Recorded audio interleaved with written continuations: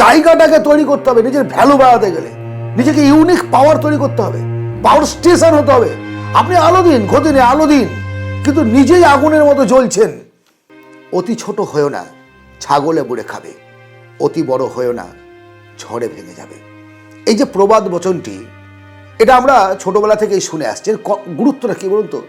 অতিরিক্ত ভালো মানুষ হওয়া সত্যি খারাপ। আজকের এই সময়ে যদি নিজেকে একটুখানি ভয়ঙ্কর তৈরি করতে না পারেন, তাহলে আপনি কিন্তু জীবনে এগিয়ে যেতে পারবেন না। ভয়ঙ্কর হওয়া মানে কিন্তু শয়তান হওয়া নয়, বিষয়টা বুঝতে হবে। ভয়ঙ্কর হওয়া মানে শয়তান হওয়া নয় ভাই। যারা এই সমাজে প্রত্যেকের উপকার করে, কাউকে না বলতে পারে না, মানুষের বিপদে গিয়ে দাঁড়ায়, হয়তোবা তারা দুমুঠো দুবেলা খেতে পায়, ভালোবাসা পায়, একটু চা খেতে পায়, একটু আদর করে টিফিন খাওয়ায়, কিন্তু বদনাম তারই হয়, কষ্ট তাকেই পেতে হয়। আপনি যখন রাতের অন্ধকারে মাথা ধরে মাথার যন্ত্রণায় ছটফট করবেন, তখন কিন্তু যার পাশে দাঁড়িয়েছিলেন আপনি, সে আসবে না। কে আসবে জানেন? যে আপনার অত্যন্ত কাছের মানুষ। কয়েকটা পরিবর্তন, মাত্র কয়েকটা পরিবর্তন আপনার মধ্যে নিয়ে আসতে হবে। প্রথম কথাই হচ্ছে নরম ভাব থেকে বেরিয়ে আসুন। নরম মাটিতেই লোকে লাথি মারে বেশি, কিন্তু দেখবেন শক্ত পাথরের ওপর যখন কেউ দাঁড়ায়, যখন কেউ চলে, তখন পাটাকে সাবধানে ফেলে।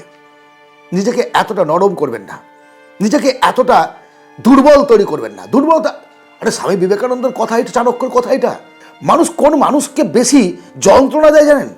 যে সহজ সরল, নির্বোধ, বোকা, যে কিচ্ছু প্রতিবাদ করে না, সেই মানুষটাই সবচেয়ে বেশি কষ্ট পায়। জঙ্গলের সবচেয়ে সোজা গাছটাকে আগে নষ্ট করা হয়, কাটা হয়, তাই তো? আপনি অতটা সোজা হবেন না, অতটা সোজা হবেন না। কিছু পরিবর্তন, যেমন প্রথম কথাই হচ্ছে আপনাকে না বলতে পারে মুখের ওপর, একদম আমার কাজ আছে ভাই, আমি কাজ করছি, অজুহাত নয়। আপনি কাজ করছেন, নিজের কাজ কমপ্লিট করুন, তারপরে আপনি তাদের অন্যের উপকার করুন, বারণ করুন। একটা মানুষকে অন্যরা কখন সম্মান করে? আপনি অফিসে চাকরি করছেন বা ব্যবসা করছেন বা পাড়ায় বাস করছেন, দেখবেন আপনি যেটা জানেন সেটা অন্য কেউ জানে না। অর্থাৎ আপনার উপস্থিতি হবে একটা ভয়ঙ্কর রূপে, আপনি হবেন শেষ কথা।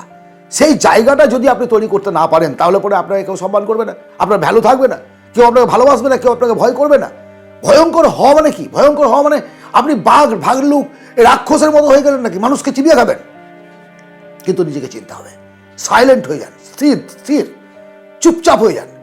চুপচাপ হয়ে যাও মানে বোকা হয়ে যাও নয়, অবজারভেশন, চারিদিকটা দেখুন, ভালোভাবে বুঝুন, তারপর যেটুকু দরকার একেবারে পয়েন্ট ওয়াইজ কথা বল, পয়েন্ট ওয়াইজ।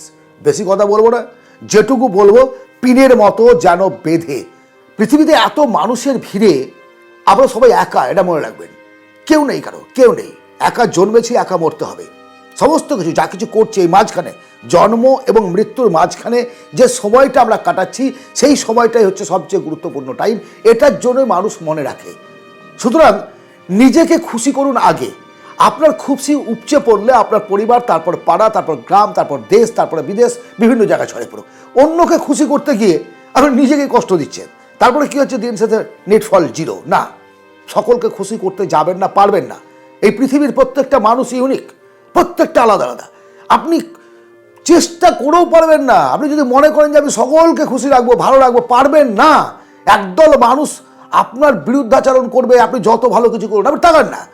আপনার দেশের প্রধানমন্ত্রী, মুখ্যমন্ত্রী, রাজনৈতিক নেতা থেকে শুরু করে, বৈজ্ঞানিক থেকে শুরু করে, সাহিত্যিক যারা আছেন, সিনেমা জগতের লোক, একজন মানুষ সকলের প্রিয় না। একজন গালি দিচ্ছে আর একজন তালি দিচ্ছে। আপনার ক্ষেত্রেও সেটা ঘটবে। সকলকে খুশি করতে পারেননি বলে মনের মধ্যে কষ্ট পাবেন না। নিজের মধ্যে একটা বাউন্ডারি তৈরি করুন। একদম উদাম মনের হবেন না, যে ইচ্ছা আসলো ঢুকলো বেরিয়ে গেল, ঢুকলো বেরিয়ে গেল। না, আজ এই মুহূর্ত থেকে একটা বাউন্ডারি থাকবে, একটা সীমা থাকবে, যে আপনি এতটা পর্যন্তই তার সঙ্গে মিশবেন, তারপর আর নয়। আপনার নিজের সীমাটাকে আপনাকে তৈরি করে নিতে হবে, আপনার বাউন্ডারি আপনাকে তৈরি করতে হবে। আপনার একটা বাড়ি যখন তৈরি করছি, বাড়িতে একটা বাউন্ডারি দিয়ে দিই, কেন বলুন তো? বাইরে দিয়ে যা যাচ্ছে যেন বাড়ির ভেতরটা দেখতে না পায়, অন্দরমহলে কি ঘটছে যেন বুঝতে না পারে।